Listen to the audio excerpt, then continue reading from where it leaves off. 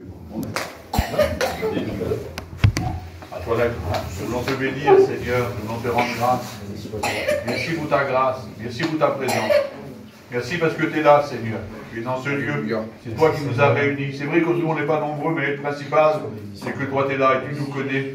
Tu connais les besoins. Il y a des besoins différents, mon bien-aimé. Mais c'est toi qui nous as créés. Tu nous connais parfaitement. Tu connais la pensée de nos cœurs. Alors, Seigneur, que ta volonté soit faite dans cette soirée. Ta volonté à toi, je la connais. Ta volonté à toi, c'est de sauver tous les hommes, Seigneur. Merci d'avance. Bénis celui que toi, tu as choisi, celui qui s'est mis à part de nuit les mots, Seigneur, qui soit animé par le Saint-Esprit et que toute la gloire te revienne, mon Sauveur. Amen. Alléluia. Amen. Gloire à Dieu. Alléluia. Amen. Merci Seigneur. Vous avez peut-être participé aux réunions tout l'hiver et tout l'hiver, les frères, ils m'ont fait prier pour eux avant de prêcher. Alléluia. C'est quelque chose de normal dans nos réunions. Il semblerait qu'on le fait par habitude. C'est pas par habitude qu'on prie le Seigneur avant que la prédication soit donnée. On le fait déjà parce que l'apôtre Paul le faisait dans la Bible. Mais on le fait aussi parce qu'on sait très bien qu'on a besoin de Dieu pour prêcher. Amen. Il ne faut pas que la prédication, ça reste que des mots. Poulain l'a dit tout à l'heure, nous sommes que des hommes, alléluia, que Dieu a choisi pour apporter la Bible, mais on est les mêmes hommes que vous identiques. Et il ne faut pas que ça s'arrête à un discours, mais il faut vraiment que le Saint-Esprit, alléluia, place ce que je veux dire dans vos cœurs. C'est là qu'il y a un changement, alléluia, parce que quand lui, il parle, les vies changent. Amen. Amen. Gloire à Dieu. Vous savez, quand les hommes parlent, bien souvent ça nous fait du bien, mais il n'y a pas beaucoup de vies qui changent. Mais quand lui, il parle, alléluia, les choses changent, que Dieu soit. Vous savez, tout est possible à Dieu. Il n'y a pas un péché qui est impardonnable, il n'y a pas quelque chose qu'on a fait de grave qui est impardonnable. Dieu nous aime, alléluia. Il nous aime véritablement. Il ne nous aime pas en regardant notre passé et en nous réclamant quelque chose, non, non, non, non. Il nous aime tel qu'on est, alléluia. Quand on arrive devant Dieu avec notre noir passé, eh bien souvent, il y a de la honte qui s'installe. On dit, Seigneur, moi je ne peux pas trop m'approcher de toi, regarde dans l'état de vie que j'ai. Et bien Dieu s'approche, lui. Et Dieu nous bénit, alléluia. Amen. Dieu nous pardonne de tout. Gloire à Dieu. C'est la parole de Dieu qui l'enseigne. Vous savez, je pensais à ça vendredi, quand j'avais été à la prison, je pensais à ça. La plus grande crainte que les gens en prison ils ont, c'est une crainte pour les gens de la prison. La plus grande crainte qu'ils ont, c'est que quelque chose de l'extérieur de la prison entre à l'intérieur. C'est pour ça qu'il y a des fouilles, c'est pour ça qu'il y a plein de choses. Et quand je voyais ces gens s'agiter là pour fouiller les gens et puis pour regarder, je disais, Seigneur, vous savez, ça c'est le rôle du diable dans une réunion. Lui, il veille à ce que rien de l'extérieur, c'est-à-dire la parole de Dieu, que tu ne connais peut-être pas encore, entre à l'intérieur. Lui, il est là et il veille. Et même que lui, il est là et il veille, rien n'est impossible à Dieu. Ça veut dire que Dieu ne s'occupe pas de lui. Dieu ne s'occupe pas de tes pensées, de ton passé ou ce que les gens pensent de toi. Dieu a décidé de te bénir, alléluia. Dieu a décidé de pardonner tes péchés et il n'y a rien qui l'empêchera. Amen. Vous voyez, ils sont tous là en train de regarder dans les chaussures, en train de faire passer dans les scanners, tout. Et puis, ils croient qu'il y a des choses importantes qui vont passer. Ben, vous voyez, je pense que la chose la plus importante dans la vie, c'est la Bible, la parole de Dieu. Ben, elle passe. Amen. Elle passe devant tout le monde, ils ne portent même pas de cas dessus. Et quand elle arrive, ben, elle passe plusieurs portes. Et puis, quand elle arrive dans un petit local comme celui-là, quand elle est prêchée, animée du Saint-Esprit, béni soit Dieu, le Saint-Esprit prend les mots et il les place dans les cœurs des gens qui ont eu besoin, béni soit Dieu. Il est capable de le faire ce soir. Amen. C'est cette parole-là que nous on prêche, on n'empêche pas d'autres de toute façon. Hein. Rien ne peut empêcher Dieu de te bénir ce soir. Gloire à Dieu. Poulain l'a dit, c'est pas une réunion de voyageurs. C'est pas quelque chose qu'on fait nous pour se passer le temps, les serviteurs de Dieu ou les chrétiens. On ne se rassemble pas pour dire voilà, nous on est mieux que vous, loin de là. Nous on a besoin de la grâce de Dieu aussi. Et ce que nous, on a rencontré, bah, on voudrait te le faire connaître à toi, Pierre. Gloire à Dieu. C'est quelque chose d'important. La réunion, ça ne s'arrête pas aux chrétiens, chrétiennes, serviteurs de Dieu, diacres et futurs étudiants. Non, ça va plus loin que ça. Quand je lis la Bible, je vois que la réunion elle a une portée éternelle jusqu'à dans le ciel. Amen. Ça veut dire qu'ici, on le sait très bien, il y a Dieu le Père, il y a Jésus le Fils, il y a le Saint-Esprit, béni soit Dieu, mais il y a aussi les anges qui sont là. C'est la Bible qui le dit dans le livre de Luc, au chapitre 15, verset 10. La Bible dit que quand il y a un pécheur qui se repent, le ciel est en fait. Alléluia. Ça veut dire qu'une simple prédication d'un petit local où il y a des voyageurs, et la petite décision que tu prends en disant Seigneur, j'aimerais être pardonné, tout le ciel complet se lève pour toi. Amen. Le ciel est en fait. Ça veut dire qu'on ne travaille pas tout seul, frères et sœurs. Nous, on travaille avec le ciel. Alléluia. On travaille avec l'armée céleste qui est là. Et c'est pour ça que les réunions sont importantes et que la réunion est la vérité, tout simplement. Vous savez, je regardais ça, je disais, Seigneur, pourquoi que quand on prêche l'évangile, on a peur? Pourquoi que quand on prêche l'évangile, on tremble? Ben, c'est parce que, en fait, on n'est pas tout seul. C'est une parole importante qu'on prêche. C'est une semence, béni soit Dieu. Et cette semence, c'est une semence de vérité. Moi, je suis un très jeune serviteur, mais bon, Tony a plus de ministère que moi. Mais si on pourrait demander à un ancien qui a 40 ans de ministère, et on dirait, t'as pas peur de prêcher? Il nous dirait, mais mon fils, quand je prêche, je tremble, j'ai peur. Vous savez pourquoi? Parce que nous, on ne maîtrise rien du tout. C'est Dieu qui maîtrise, alléluia. Nous, c'est pas pour m'humilier que je dis ça, mais nous, on ne connaît rien. C'est Dieu qui connaît. Amen. C'est pour ça que quand on arrive là, on ne sait plus trop comment faire, on a peur. Mais on laisse faire Dieu. Alléluia. Amen. Parce que Dieu, il sait. Il sait ce que tu as besoin. Il sait ce que tu penses. Il sait peut-être ce que tu as demandé en venant sur la route tout seul dans ton auto. Il sait, lui. Alléluia. Et puis il veut te le donner ce soir. Gloire à Dieu.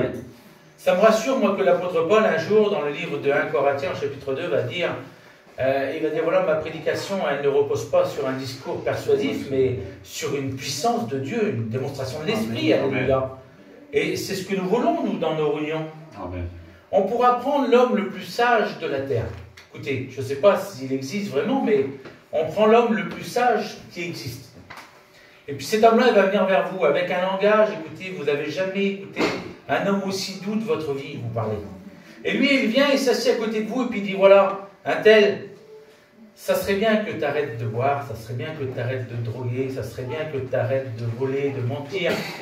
Et puis il va trouver les mots, et puis vous allez dire, maman, quel bon parleur. Ah, il est gentil cet homme-là, mon frère. Ah ben, pour lui faire plaisir, je vais arrêter. Ça va durer une semaine, ça va durer 15 jours, et puis tout doucement, vous recommencerez. On est tous pareils, on a passé par là. Vous savez, des fois, il y a des serviteurs de Dieu qu'on aime plus que les autres. Puis ils viennent nous voir, parce que moi, je n'ai pas toujours été chrétien.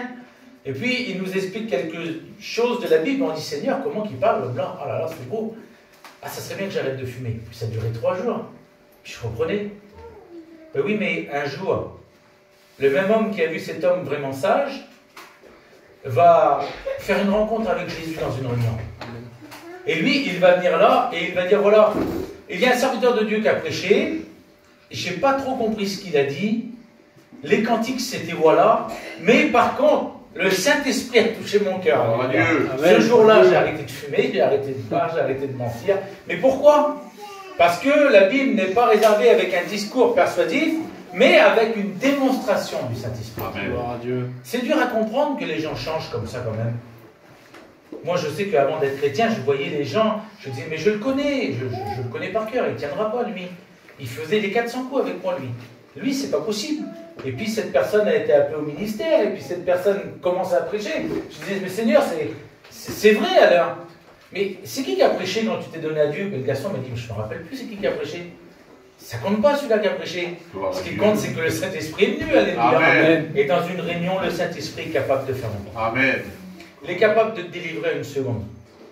Écoutez, je prends mon temps parce qu'on est entre nous. Mais moi, j'étais un garçon, je fumais 2 paquets de cigarettes par jour.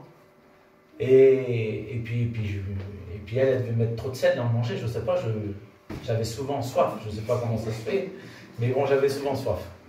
Alors comme une femme intelligente, quand le soir je revenais sous, ben, vous savez, les femmes, ils sont intelligentes, les femmes, hein.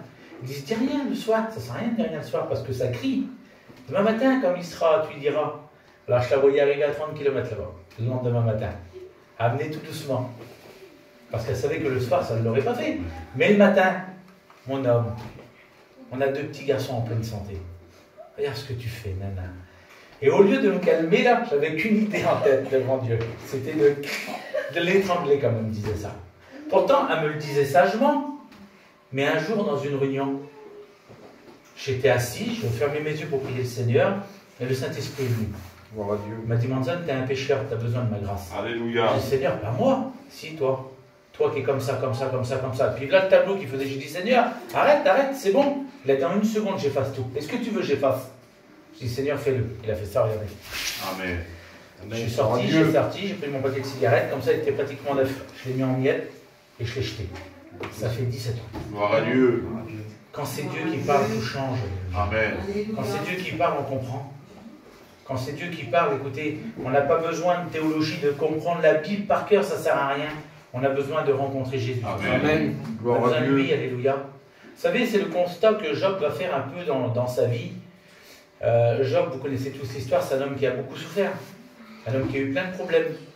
Il a perdu 10 enfants, il a perdu tout son bétail, il a perdu tout son argent, il a perdu sa santé. C'est un homme qui a tout perdu, Job, quand on regarde. Et quand vous lisez les 42 premiers chapitres de la vie de Job dans la Bible, on voit quelque chose de spécial. Hein. Job va parler à Dieu, Job va parler à sa femme, Job va parler à ses amis. Job va reparler à Dieu, Job va parler à sa femme, et pendant 42 chapitres, ça veut dire que Job, il cherche quelque chose. Il cherche des réponses à ses pourquoi. Il a des incompréhensions, il ne comprend pas. Il cherche, lui. Puis béni soit Dieu si tu es venu là dans l'intention de chercher Dieu, alléluia. Mais au chapitre 42, parce qu'on ne peut pas chercher 10 ans, on ne peut pas chercher 20 ans, c'est vrai Tony, il faut qu'on arrive à une conclusion dans notre vie. Alléluia. Et c'est ce que Job va faire. Job, il va tourner en rond pendant les 42 chapitres, et au chapitre 42, il va dire ça. Je reconnais que tu peux tout, Seigneur, et que rien ne s'oppose à tes pensées, alléluia. Il reconnaît que Dieu peut tout. En fait, il se dit, mais les 10 ans que j'ai passés dans les réunions, 10 ans que j'ai passé à me poser des questions, c'était 10 ans de perdu. Je ne veux plus perdre de temps. Je comprends que tu es capable de tout, Seigneur. Et c'est le constat que Job fait. J'aimerais te dire, écoutez, avec des mots tout simples ce soir, rien ne s'oppose à Dieu. Rien n'empêchera Dieu de te bénir ce soir. Amen. Si toi tu le veux, écoutez, l'évangile c'est très simple. Si tu veux être délivré, rien n'empêchera Dieu de te délivrer ce soir. Amen. Si tu veux être béni, rien n'empêchera Dieu de te bénir. Si tu veux que Dieu enlève la haine ou la vengeance dans ton cœur, Dieu l'enlèvera. Si tu veux que Dieu mette de l'amour, il mettra de l'amour. En fait, Dieu fera ce que toi tu veux. Tu as juste à lui demander. La réunion, c'est tout simple, écoutez. C'est quelque chose de très simple parce que quand je dis que rien ne s'oppose à Dieu, c'est vraiment rien. Je ne voudrais pas vous faire peur ce soir. Ce n'est pas le rôle d'un serviteur de Dieu. Mais je suis obligé de vous prêcher la Bible, la vérité de la Bible. Amen. Quand je dis rien ne s'oppose à Dieu, c'est rien. Ce n'est pas tes idées qui vont s'opposer à Dieu. Ce n'est pas ta manière de voir les choses. Ça ne s'opposera pas à Dieu. Un jour ou l'autre, les derniers moments qu'on va passer sur la terre, quand on va fermer les yeux, un jour ou l'autre, on se trouvera devant lui. C'est vrai, Poulain. Et puis, que nous, on se donne une bonne conscience en disant, ben, je ne suis pas plus mauvais que l'autre, moi. Ça ne changera pas la décision de Dieu. Mais je connais l'évangile, mais oui, mais Dieu aura le dernier mot. Amen. Parce qu'un jour, il va falloir aller le trouver, parce qu'écoutez, le ciel, c'est pas à Macron. Le ciel, c'est pas au pape. Le ciel, c'est à Dieu, alléluia. Amen. Amen. Et un jour ou l'autre, il va falloir passer devant lui. Et c'est lui qui aura le dernier mot. Alléluia. Imaginez-vous, la Bible dit, soit dans la joie éternelle avec lui, ou pour ceux qui ne l'ont pas encore accepté, dans la honte éternelle. Ça veut dire que dans une réunion, le choix de Dieu t'est proposé. Peut-être que tu es venu passer une heure, mais un jour, quand tu seras dans le ciel de gloire, et je bénis Dieu que tu changes de position avant. Amen. Amen. Et Dieu te dira, le 13 avril à 9h20, tu étais placé devant un choix. Quel choix t'as pris? Et c'est Dieu qui aura le dernier mot. Alors ça serait bien de régler cette affaire-là parce que rien ne s'oppose à lui et Dieu fait ce qu'il veut. Écoutez, je vais être quoi? Rien ne l'a empêché de descendre sur la terre. Sois béni, Seigneur. C'est vrai. Il a décidé de descendre pour sauver tous les hommes. C'est pas que les hommes qui boivent une seule bière ou c'est pas que les hommes qui voient la carambar. C'est tous les hommes. Amen. Tous les hommes, du plus petit pécheur jusqu'au plus grand pécheur, il le dit dans le livre de Luc au chapitre 18, il dit « Je suis venu chercher et sauver celui qui est perdu. » Alléluia. Et personne ne l'a empêché de descendre. Une fois qu'il était sur la terre, il a exercé son ministère, il a guéri des malades, il a guéri des lépreux, il a redonné la vue aux aveugles, il a ressuscité des morts. Personne ne l'a empêché de faire un miracle. Jamais personne. Il a toujours fait ce qu'il a voulu. Amen. Comprenez bien, c'est Dieu, alléluia. Alléluia. Personne ne l'a empêché d'aller jusqu'à la croix. Personne ne l'a empêché. Rien ne s'oppose à Dieu. Il l'a fait rempli d'amour, alléluia. Et une fois qu'il a été à la croix et qu'il a été crucifié, la Bible dit qu'il est mort, c'est fini. Et bien rien ne l'a empêché de ressusciter. Amen. Le troisième jour, il est ressuscité. Alléluia. Amen. Gloire à Dieu. Je dis tout ça pour te dire ce soir que tu y crois ou tu n'y crois pas. Et c'est pas méchamment que je dis ça devant Dieu, je voudrais le dire rempli d'amour. Rien n'empêchera Dieu de revenir chercher son Église. Et que tu veux ou que tu ne veux pas, ou que tu es d'accord ou que tu n'es pas d'accord, quand il aura décidé de revenir chercher son Église, il reviendra. Amen. Il viendra Seigneur. prendre les siens. Il use de compassion pour toi. Gloire à Dieu. Devant Dieu, écoutez, j'aimerais te dire ça, il t'attend. Amen. Seigneur, il attend un seul mot de toi. Un jour, il y a quelqu'un qui a voulu s'opposer au plan de Dieu. Il ne faut pas s'opposer au plan de Dieu. Un jour, dans la parole de Dieu, c'est marqué comme ça qu'un jour, le diable va essayer d'enrayer, casser le plan de Dieu. Pourtant, ce n'est pas un homme, hein. Ce n'est pas un démon, je vous parle. C'est le diable en personne. Il a essayé de casser le plan de Dieu. On trouve ça, écoutez, dans le livre de la Genèse, quand vous ouvrez la Bible, la première page, Genèse 1, verset 1, c'est marqué noir sur blanc, c'est marqué au commencement, Dieu créa le ciel et la terre. Alléluia. Jusqu'à là, ça va. La Bible dit que tout ce que Dieu crée, c'est parfait. Donc, à la base, le ciel et la terre, c'était parfait. Et quand on continue la lecture, on voit qu'il y a un petit point, et c'est marqué verset 2, la terre était informe et vide et ténébreuse. Alors là, je ne comprends plus, parce que tout ce que Dieu fait, c'est parfait. Comment ça se fait que la terre, elle est informe, vide et ténébreuse? Pour comprendre ce qui s'est passé, il faut lire le livre d'Ézéchiel, au verset 28. Il s'est passé que dans le ciel, il y avait le plus bel ange de Dieu. Il s'appelait Lucifer. C'était le plus bel ange de Dieu. Il avait un pectoral avec des joyaux comme ça sur lui. Mais parce que l'orgueil, je passe vite, je ne vais pas rentrer dans des détails, mais parce que l'orgueil, parce qu'il a voulu être à l'égal de Dieu. La Bible dit que Dieu l'a projeté sur la terre.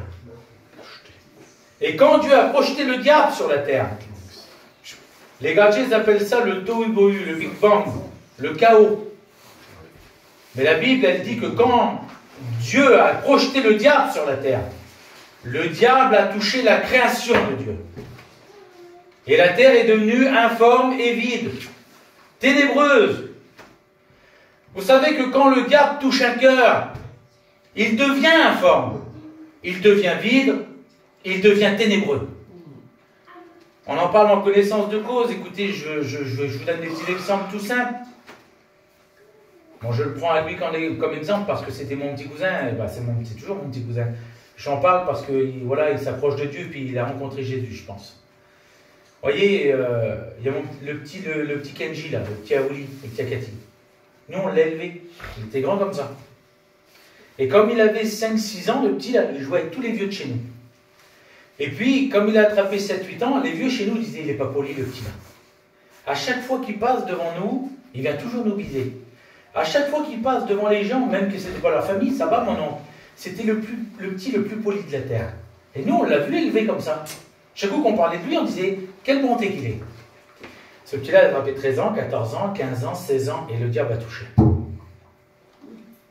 Et là, on devient informe et vide. Vous savez comment on fait? C'est comme on regarde des gens qu'on connaît. Et qu'on dit, Seigneur, il est reconnaissable. Ne pratiquez pas ces choses-là avant. Il ne parlait pas comme ça avant. Il a perdu toutes les valeurs qu'il avait. Il passe devant nous, il ne nous parle plus. Mais qu'est-ce qui s'est passé? Le diable a touché. Quand le péché entre dans un cœur, on est reconnaissable. On n'a pas la forme que Dieu veut quand le péché rentre dans un cœur. C'est compliqué. On ne sait plus comment faire pour s'en sortir. La Bible dit que la terre était devenue informe et vide. Et il n'y a plus rien là. J'écoutais tout à l'heure la petite sœur qui a témoigné, elle a dit, voilà, moi, dans mon cœur, il manquait quelque chose. Parce que c'est Dieu qui comble un cœur. Alléluia. Le monde ne fait que nous remplir, mais nous remplir de quoi? Nous remplir de vide. Alors que Dieu, il veut nous remplir de quelque chose de bon. Amen, amen. Que Dieu soit béni. C'est pour ça que les ténèbres viennent dans une vie. Vous savez, le mal-être. Voilà, je passe plein de choses, mais le mal-être, et puis vous pouvez mettre ce que vous voulez, quand on n'est pas bien, quand on ne se sent pas à notre place, quand c'est compliqué pour nous de s'approcher de Dieu, c'est à cause que le péché est là. Comment faire pour s'en sortir? Vous voyez qu'il s'est passé quoi à ce moment-là? Je vous lis juste la Bible, et puis après j'arrête là. La terre était devenue informe et vide. Il y avait des ténèbres sur la terre. Mais il y a une petite virgule. Et il y a un mais. Parce qu'il y a toujours le mais de Dieu. Alléluia. Alléluia. La Bible dit mais l'Esprit de Dieu se mouvait. Alléluia. Ça veut dire qu'il était déjà en mouvement. Il était là. Amen. Comprenez ce que je dis? Quand on entre dans une réunion et qu'on n'est pas chrétien, que notre cœur est touché par le péché. Je vous le dis en connaissance de cause, parce que je n'ai pas toujours été chrétien. Si on pourrait s'assire derrière le mur là-bas, parce qu'on ne se sent pas à notre place, on dirait que les gens nous regardent, on dirait qu'on est jugé, on se dit mais Seigneur, qu'est-ce qui se passe? Ça c'est quand on ne connaît pas Dieu, mais j'aimerais te dire à toi qui es là, mais l'Esprit de Dieu est là, alléluia. Amen. Et parce que l'Esprit de Dieu est là, tout change. Parce que quand il y a des ténèbres à la surface de la terre, la Bible dit que mais l'Esprit de Dieu se mouvait sur la surface de la terre, et Dieu parle. Tu dis quoi, Seigneur? Le Seigneur, il dit un seul mot. Et vous pouvez le lire dans la Bible, il ne se répète pas. Il n'insiste pas parce que c'est Dieu. Et quand Dieu parle, la chose, même qu'elle n'existe pas, elle est là. Amen. Il va s'approcher, je ne sais pas comment il va faire. Il va voir la terre qui est ténébreuse, il va voir l'Esprit de Dieu qui est là, et il va parler. Il va dire que la lumière soit. Un seul mot. Une seule fois. Vous pouvez regarder, il ne répète pas le Seigneur. Alléluia. Que la lumière soit. Aussitôt, la lumière fut. Amen. Alléluia. Vous savez, ça c'est quand on rencontre Jésus. Alléluia. Quand on dit Seigneur, j'aimerais bien que tu viennes. J'aimerais bien que tu viennes enlever quand même. Seigneur, il dit maintenant, j'enlève. Et il enlève. Amen. C'est tout simple l'évangile devant Dieu. Écoutez, c'est pas compliqué. Si tu voudrais te placer devant Dieu, la Bible dit que ce jour-là, il y a eu un soir et il y a eu un matin. Et tout a changé, alléluia. Moi, je me souviens le soir que j'ai donné mon cœur à Dieu. Je me rappelle comme si c'était hier. Moi, je vous dis, je n'avais pas de soucis particuliers. Bien souvent, on croit que l'évangile, c'est pour les gens qui sont malades, mal portants, qui n'ont pas d'argent. C'est pas que pour eux. C'est pour ceux que tout va bien avec l'évangile. C'est pour ceux qui ont plein d'argent aussi, l'évangile. Le Seigneur, il n'est pas contre, le Seigneur. C'est pour tout le monde, l'évangile, alléluia. Alléluia. J'avais 2 petits en pleine santé, je manquais de rien. Mais par contre, des fois, voilà, les nuits, c'était pas les nuits. Voilà, c'était des nuits longues, des fois. Il y a eu un soir où j'ai dit Seigneur, viens, où j'ai jeté mon paquet de cigarettes, où j'ai donné mon cœur à Dieu. Et puis, il y a eu un matin. Je me suis réveillé devant Dieu, goûter un papillon. Vous connaissez ça, les chrétiens? Seigneur, quand on est chargé par le péché, c'est vraiment rien. On a un poids de 500 kilos sur le dos, on traîne toute la journée. On n'est tellement pas habitué à le traîner, mais après ça devient léger. Mais quand Dieu enlève, alléluia, quand Dieu enlève toutes les mauvaises pensées, quand Dieu enlève toutes les choses, il y a des gens, des fois qu'on ne parle pas, on est tous pareils, il y a des gens que je ne parlais pas, quand Dieu il enlève là, on meurt pour aller leur parler. T'as fait quoi, Seigneur? Le péché t'avait touché, Manzon, mais moi j'ai dit que la lumière soit dans ta vie là. Ça y est, maintenant la lumière de Dieu t'a éclairé. Amen. Et puis maintenant je veux que la lumière vienne dans ton foyer. Gloire à Dieu. Que Dieu soit béni. C'est pour ça que ça nous fait plaisir nous, de faire des baptêmes bien souvent dans les foyers partagés. Parce que le diable il se vante de plein de choses. Moi je m'imagine quand la terre était informe et vide, j'imagine pour que vous compreniez, hein, il devait se présenter devant Dieu en disant regarde l'état que j'ai mis la création. Tu l'avais fait parfaite toi hier. Regarde l'état que je l'ai mis aujourd'hui. Mais Dieu il devait être là et dire mais que la lumière soit. Quelle beauté. Oui, bien souvent il est devant nous, il dit regarde l'état qu'il a mis le petit foyer là-bas, regarde l'état qu'il a mis l'homme là-bas, regarde l'état que la petite fille elle est rendue, regarde jeune garçon l'état qu'il est rendu, il n'était pas comme ça. Un seul mot de Dieu, alléluia, tout change. J'aimerais qu'on puisse se placer devant Dieu ce soir, en disant Seigneur, j'ai vraiment besoin que la lumière vienne chez moi. J'ai besoin d'être éclairé, pas par la parole du garçon qui l'a dit, mais j'ai besoin d'être éclairé par le Saint-Esprit. Amen. Nous avons besoin de ça. Vous voulez qu'on prie Dieu, alléluia. Nous voulons te louer, te bénir, te rendre grâce, Seigneur. Merci pour la Bible. Amen. Merci pour le Saint-Esprit qui est là. Amen. Amen. Tu es le seul qui est capable de mettre la lumière où on a. Merci. Seigneur, où c'est ténébreux. Oui, Et Seigneur. souvent, quand nos cœurs sont tortueux, Seigneur. Oui, par contre des Seigneur, quand le péché est venu nous toucher, et on ne sait plus comment s'en sortir, Oui, sauveur Seigneur, de mon âme. tu es le seul qui est capable de mettre la lumière du Christ. Alléluia. Merci parce que tu l'as fait dans ma vie. Merci parce que tu l'as fait dans la vie de mes frères et sœurs. Bénis l'Église qui est là. Et Seigneur, nos amis qui sont là, qui ne t'ont pas encore rencontré. Merci, mon Qu'il y ait une action du Saint-Esprit dans leur vie. Seigneur, dans cette réunion, sur la route, chez eux, Seigneur, que tu puisses aller les visiter, mettre cette lumière de Dieu, la joie, la paix, l'espérance, le bonheur qu'on ne trouve pas dans le monde. Oui, Seigneur. Donne-leur Jésus. Tu es venu pour eux, alléluia. Alléluia. Tu es venu pour chacun d'entre nous. Gloire parce à que ton Saint-Nom. tu aimes tous les hommes. Alléluia. Oui, Seigneur. Merci pour ta grâce et ta bonté. C'est ta créature. À toi la gloire, Seigneur. Amen. Amen, alléluia. Voilà.